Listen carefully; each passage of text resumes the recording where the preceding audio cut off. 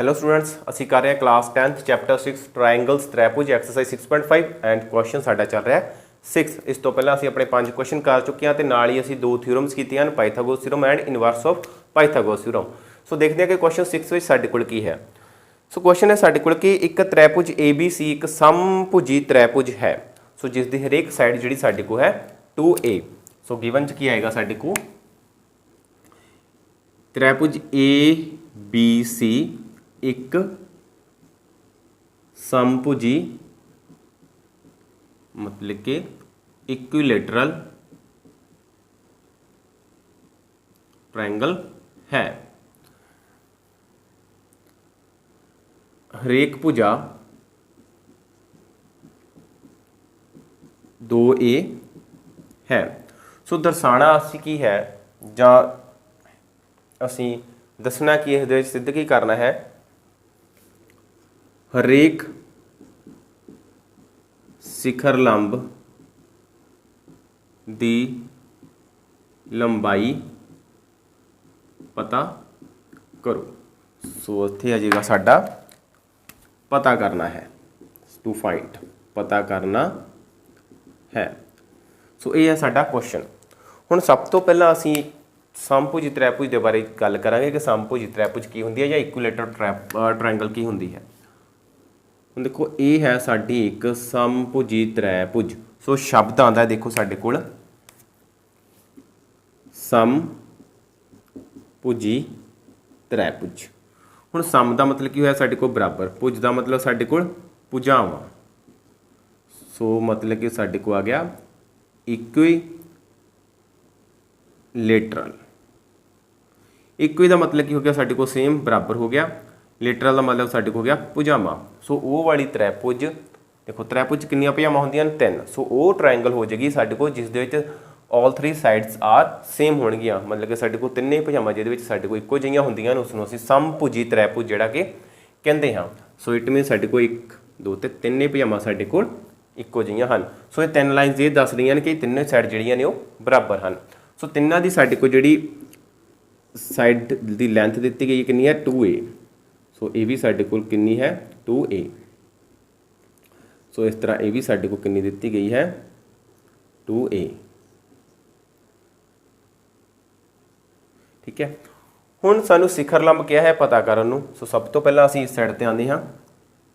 त्रिभुज ABC एक समभुजी त्रिभुज है, इसलिए AB बराबर BC बराबर AC साडे को तीनों ही कितनी आ जाएगियां 2A। सो इसलिए साडे को इसदियां तिन्ने भुजावां जिहड़ियां ने वो कितनी आ जाएगियां 2A 2A 2A। सो इसका नाम की है साडे कोल A B अते C। सो हुण असीं हरेक शिखर लंब की लंबाई पता करनी है। हुण ध्यान रखो कि शिखर लंब हरेक शिखर तो साडे कोल एक शिखर लंब जिहड़ा वो बनेगा। सो देखो जिस तरह C है साडे को, C के सामने साइड साडे को है AB, इसलिए C शिखर तो जिहड़ा शिखर लंब बनेगा वो किते बन जाएगा भुजा AB ते। ठीक है, सो C तो शिखर लंब CD AB ते बनता है, इसलिए CD असी लिखांगे किद्दां लंब है AB। सो सिमिलरली असी लिखते हैं पॉइंट A एंड B भी। सो इस तो जिहड़ा साडे को लंब बनेगा A तो, सो देखो A है, A तो लंब साडे को बनेगा, इसके सामने भुजा है BC, ये लंब बनेगा साडे को राइट एंगल बन गया, पॉइंट आ गया साडे को A। सो A तो AE लंब जिहड़ा है वो कित्ते बन रहा है BC ते बनता है, इसलिए जिहड़ा साडे को AE हो गया वो लंब हो गया BC। सो इस तरह B तो जिहड़ा शिखर लंब बन रहा है साडे को, ये देखो B है, B तो शिखर लंब बनेगा साडे को AC ते। सो राइट एंगल बन जाएगा, ये साडा हो गया पॉइंट F। सो इस तरह साडा BF AC ते बनता है, इसलिए BF जिहड़ा साडे को लंब होएगा की होएगा साडे को AC। सो साडे को 3 लंब आ गए, वो तिन्ने लंब जिहड़े होणगे साडे को बराबर होणगे। क्यों बराबर होणगे, साडे को एक समभुजी त्रिभुज दित्ती गई है।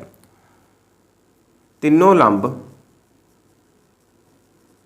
किहड़े किहड़े, एक साडे को CD ਕੌਮਾ AE ਅਤੇ BF ਬਰਾਬਰ ਹੋਣਗੇ ਕਿਉਂਕਿ ABC ਇੱਕ ਸਮਭੁਜੀ ਤ੍ਰੈਭੁਜ है। सो ये साढ़े को एक समभुजी तृभुज आ गई। इसलिए असी लिखते हैं CD बराबर AE बराबर आएगा साढ़े को BF आ जाएगा। क्लीयर। हुण देखो साढ़े कोल इस तो बाद की होएगा, हुण फिर असी थोड़ा जिहा अपनी तृभुज दे वल ध्यान दिंदे हां, जिस दे विच असी एक अलग पार्ट बना लैंदे हां, वो साढ़े को बन जाएगा ए वाला भाग। सो जे ए है साढ़े को A, सो ए सी साढ़े को डी ਅਤੇ C। ਹੁਣ देखो इस दे विच साढ़े कोल D ते साढ़े को एक राइट एंगल बन रहा है। 90 डिग्री का कौन बन रहा है? सो 90 डिग्री के सामने वाली साइड साढ़े को की होंगी है H, जिसनों असीं बोलते हैं कर्ण। सो ये साडा हो गया B ਅਤੇ ये हो गया साडा P। कर्ण, आधार ਅਤੇ लंब तिन्ने भुजावां आ गईयां साडे को। सो जदों साडे को राइट एंगल आ जाती है ट्रायंगल, तो उत्थे साडे को पाइथागोरस थ्योरम लगती है। सो इसलिए असीं इत्थे वरतों किहदी करांगे?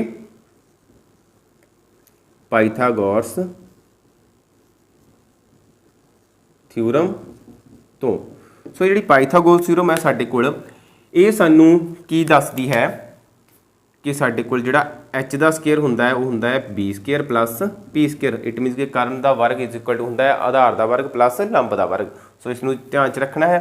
सो H देखो साडे को कितना है, हुण इन्हां भुजावां की साइड लिखो साडे को A देखो साडे को कितना सी 2A, साडे को AC कितनी सी 2A सी ना साडे कोल सारी। हुण ध्यान दिओ जदों साडे कोल लंब आया CD तां ये जिहड़ी साइड सी साडे कोल दो भागां विच वंडी गई। सो ये 2A सी साडे को, मतलब कि 2A सी साडे को, एक साडे को A रह गया A ते दूसरा साडे को इधर बच गया A। इहदा मतलब कि दोवें भुजावां साडे को बराबर हो गईयां।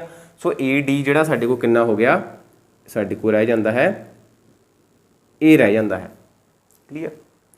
हुण असीं वैल्यूज़ भरांगे। देखो इसकी जिहड़ी भुजा की लैंथ साडे को नहीं पता, यही असीं पता करनी है। तो साडे कोल आ जाएगा H कितना है AC। सो AC का square is equal to B कितना है साडे को AD। सो A आ गया साडे को AD का स्केयर प्लस P कितना है साडे को CD। सो ਇਹਦਾ स्केयर आ गया।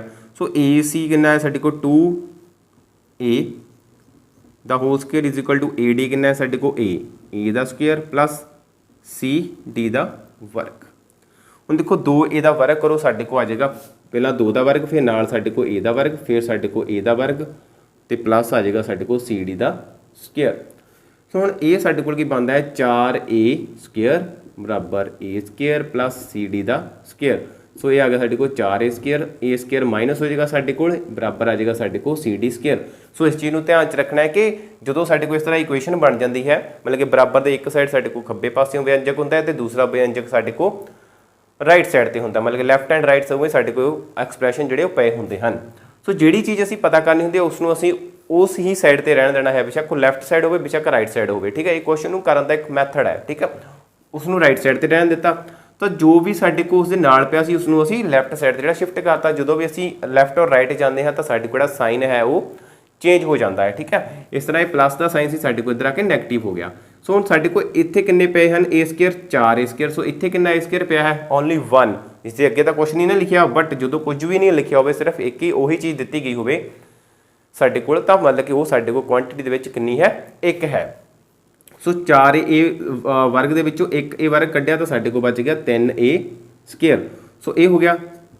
होर मैथड किस तरह लग सकता है, देखो साडे को कॉमन की आंदा है A स्केयर आ गया कॉमन, इत्थों A स्केयर कॉमन गया साझा गया तो साडे को बच गया 4, मतलब इत्थे दा A स्केयर ही सी साडे को A कॉमन चल गया तो साडे को की बचया 1 बराबर आ गया CD का स्केयर।